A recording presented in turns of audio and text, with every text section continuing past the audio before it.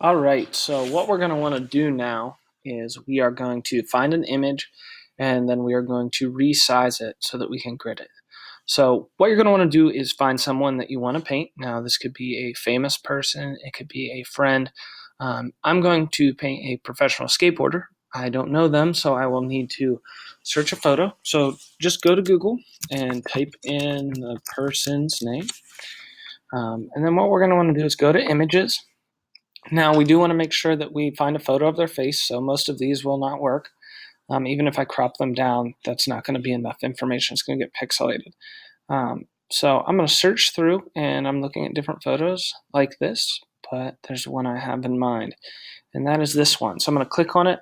I notice that it has high resolution, so we see a large number by a large number, so it has 1472 pixels by 2000, so that's good resolution.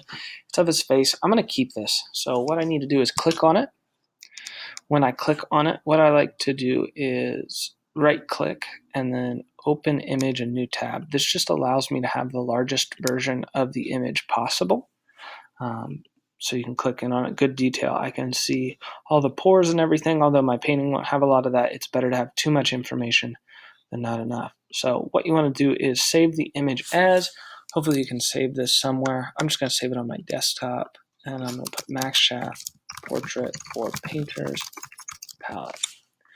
So I'm going to use this to resize it. I want it to be exactly 8 inches by 10 inches because that's the size of our masonite boards that you'll be getting for this project. So I'm going to go to canva.com to resize it. Not Canvas like you use for classes, but Canva. One of the nice things about Canva is you can sign up using Google. So what I do is I log in with my Google account, but it should say sign up using Google over here if you have not done that before. So sign up for Canva, I'll log in with Google, it will connect my accounts, and then I go to the front. So here's some other portraits I've been working on in other classes. What we're going to want to do is make our template for this. So the first thing we're going to want to do is go to use custom dimensions. And when I click on that, I have a dialog box pop up. And in this dialog box, I can put my size. The first thing we want to change is our unit. So right now it is px or pixels. We will be working in inches. So I'm going to scroll down to the bottom and click inches. And then I know that my portrait should be 8 inches by 10 inches high. Now, if you're doing a wide portrait, you would obviously flip these numbers, but I would hope that most of us are doing portrait style or where our drawing or painting will be taller than it is wide.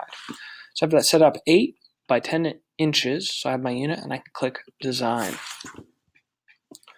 So it should hopefully load a new page. This is our template. We want to fill that with the image. Yours may look a little bit different, but we are going to find uploads. So when I find uploads, I'm going to click on that. Upload my own image or your own images is what you're going to want to click. And hopefully we can go and find our reference photo. So this should be saved to your computer.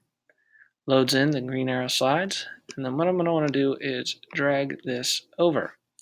So when I drag it over, I'm going to want to resize it. If you notice I have a slight white border, I want to get rid of that. So this is kind of our cropping effect. So I'm making it large. I'm double checking on everything. If you need to, you can zoom in and make sure you don't have a white border.